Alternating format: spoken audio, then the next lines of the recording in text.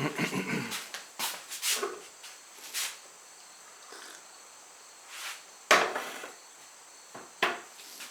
folks, welcome. 31st of August 2020. What on earth am I doing? Good question. I was just about to do something. I just thought this is a good instructional thing I should show people. What I'm doing is I'm in the middle of doing a little bit of glaze packing. I've got couple of butter dishes here for so local order. Dragonfly on the inside there.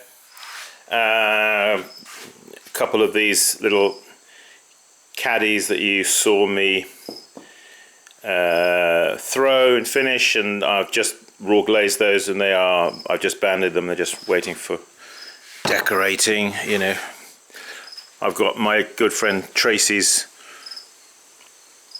lovely brushes here, all kinds of nice brushes that he makes. Tracy LeBenzon brushes. They're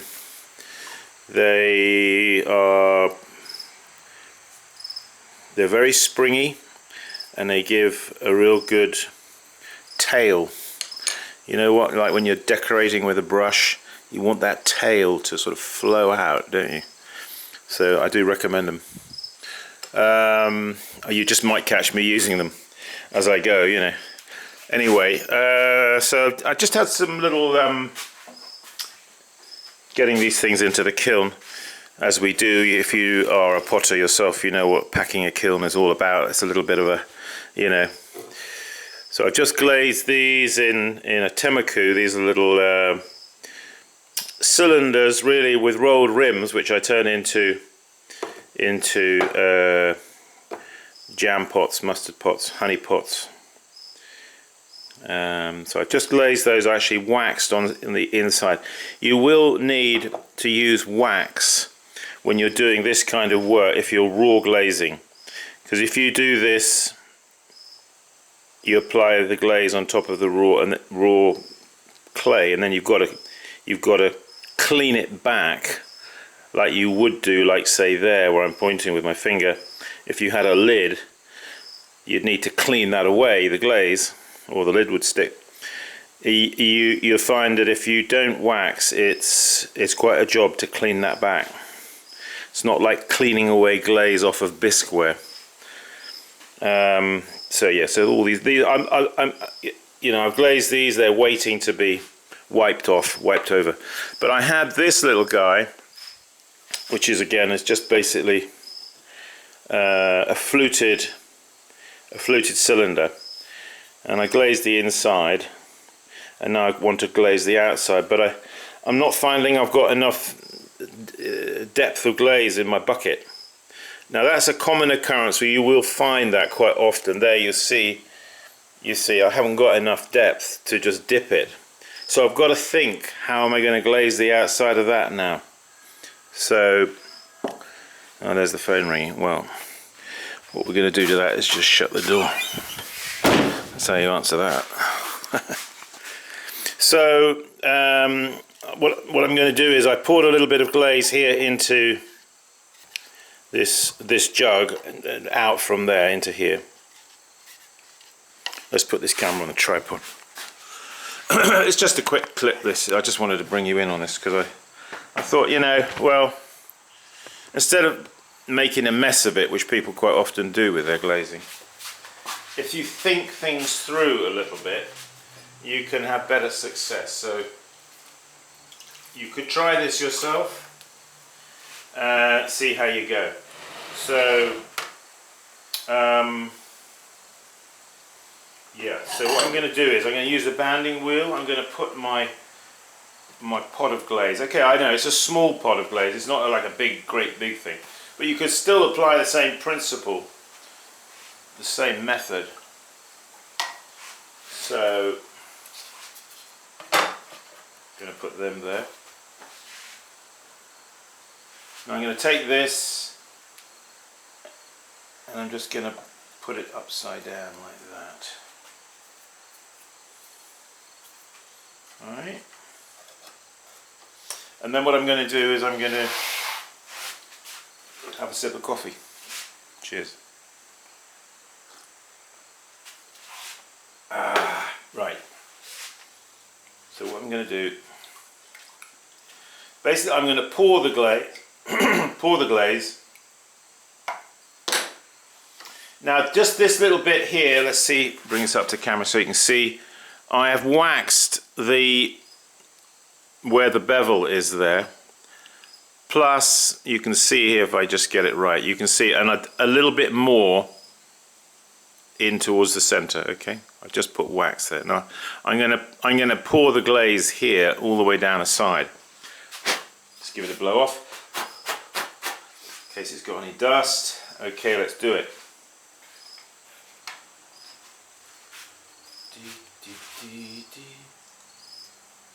See if I can do it without making a pig's ear out of it, you know.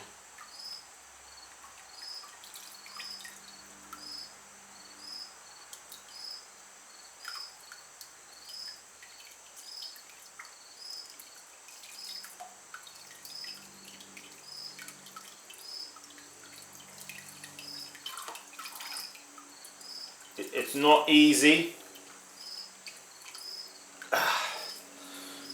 and if you're not careful you may get glaze. So I need to actually get that off of there, don't I? I don't want it to sit there in the glaze.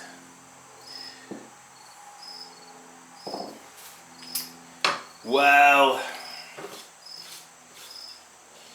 of course, being a temaku glaze as well, it's pretty, you've got glaze everywhere.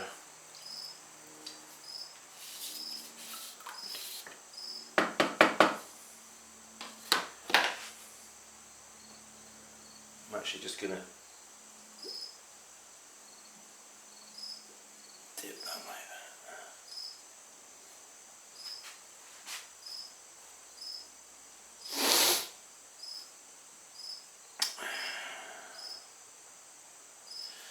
Alright, so I've managed to glaze it. I haven't got too much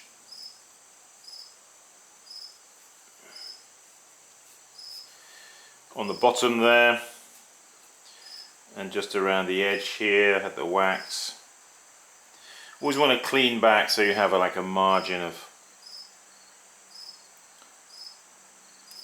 a little margin there, so if the glaze wants to drip, it isn't just going to go straight onto the shelf immediately. It's going to have a little, you know,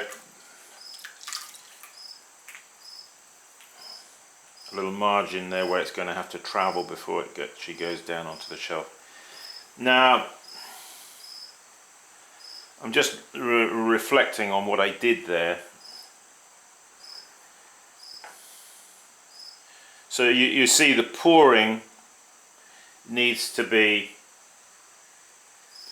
I think what you've got to do is be careful when you centralize. This should be central.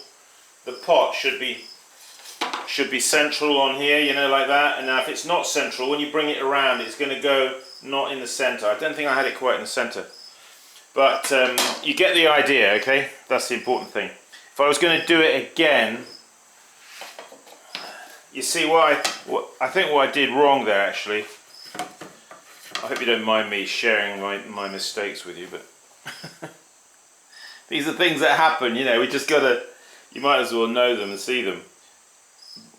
Because it took a little while to do it, I had a bit of a build-up of glaze that was, you've got to bear in mind, see, this clay is raw, so it's absorbent, and I think I had a little too much glaze pooling all around the bottom here, if you recall.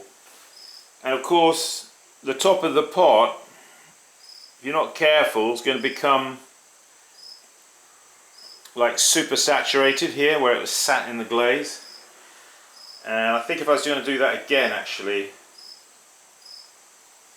this is all part of my learning experience. You know, I don't have a lot of experience doing raw glazing, just basically what you've seen me doing, that's it, just over the last year or so, a year or two. So I have to say that, in fact, I mean, I only just learned this whole thing about the I'll tell you where I learnt it. That, you know, I just mentioned about the cleaning off of glaze. Well, with these guys, I had to be careful here because I've got temaku glaze on my hands now. I don't want to, but I didn't wax these, and they were a bit of a job to clean off, you know, to scrape off. So I thought, yes, of course, I'm going to have to use wax. Use wax on raw for lids and fitting of lids and things. And what I just did here, which I normally would have done with a bisque pot, I see now the potential for problem here, because whereas a bisque pot is strong, it isn't going to absorb and disintegrate like a top of this pot. If I'd left it there much longer, this would have started to, like, you know, get all kind of bent out of shape, the actual clay underneath. So, and it even now, and it didn't really, although I poured it, there still was an area that wasn't glazed, so then I had to dip it again, you know. So yeah, sort of like not exactly 100% successful there, but you know, a learning curve was established, and I think if I was going to do that again, I think I would try and come up with some other method, maybe not have pieces that are quite so thick as this, so the glaze is pooling there, like you saw it, you know, it was pooling here on the rulers, wasn't it? Oh yeah. Anyway. Welcome to my pottery, folks. So here over here I've got one of these warming trays. Now if you're going to start getting involved in doing, this is a food warming tray to keep food warm. These are invaluable for raw glazing, for just what I'm doing now.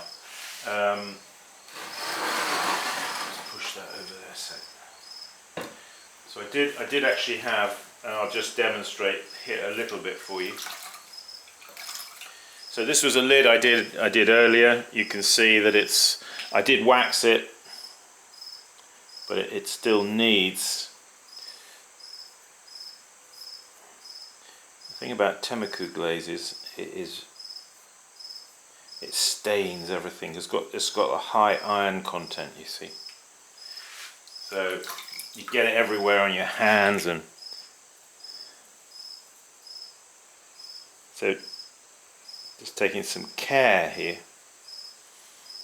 You know, the glazing and cleaning off the glaze, you do need to, you've got to think of every place where that lid, in this case a lid, where it's going to be sat there in the top of the pot in the gallery there, you see.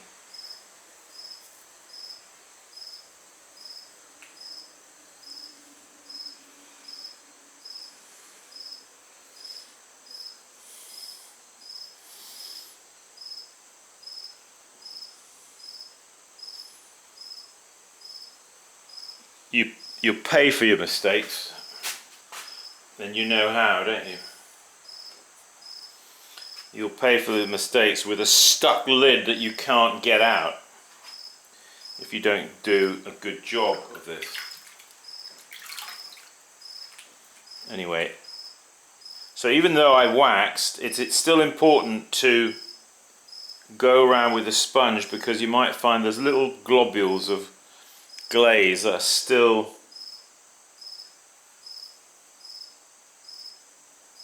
there, you see. So now, if you have runs like here, I had a bit of some runs going on, don't worry too much about those. They can actually be quite nice. This is actually a temaku glaze. So again here, checking the margin here, you see, and if necessary cleaning back. Well, I don't need to clean back in this case because I dipped it quite well. Let's take that lid. So you want to take that lid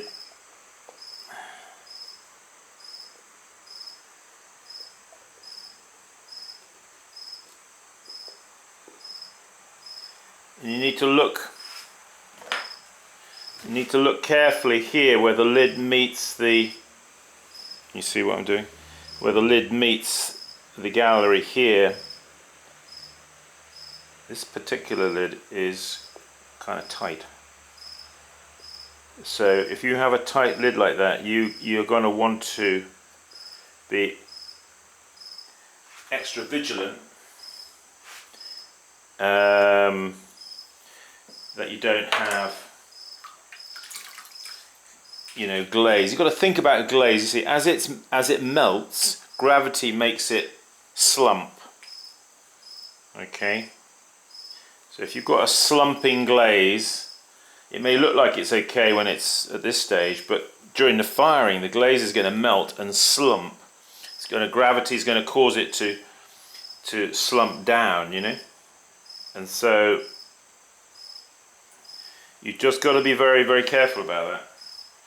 Because no kidding, you can just get your pot come out of the kiln and the lid is just jammed on there solid.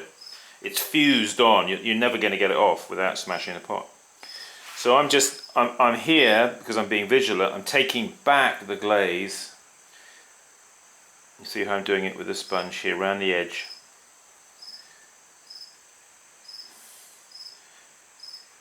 Not letting that any slumping effect occur during the firing, you know.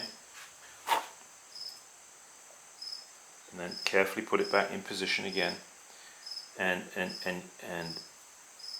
eyeball it. You know, you've got to check it all the way around, okay, to make sure you've got a good gap there. As I said, this is a little bit of a tight lid. That one.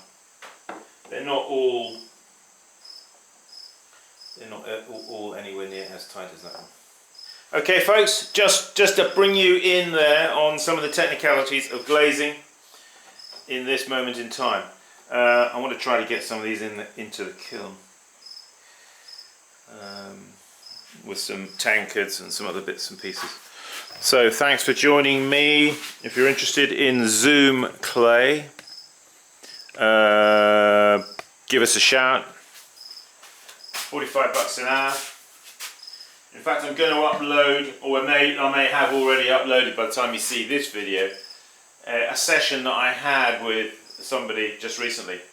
I thought it'd just be good just to upload a video, you know, because you can record the session. So I recorded the session. So I'm going to upload that. It may already be up there. Check that out. But anyway, come on a Zoom clay class. If you're interested in a Leach treadle wheel, taking some orders for Leach treadle wheels, another batch, and what else? And workshops, September, October. Okay. Bear them in mind if that interests you. Here in person in my studio. Okay, folks, that's it. Thanks for watching. God bless. Take care. Bye bye.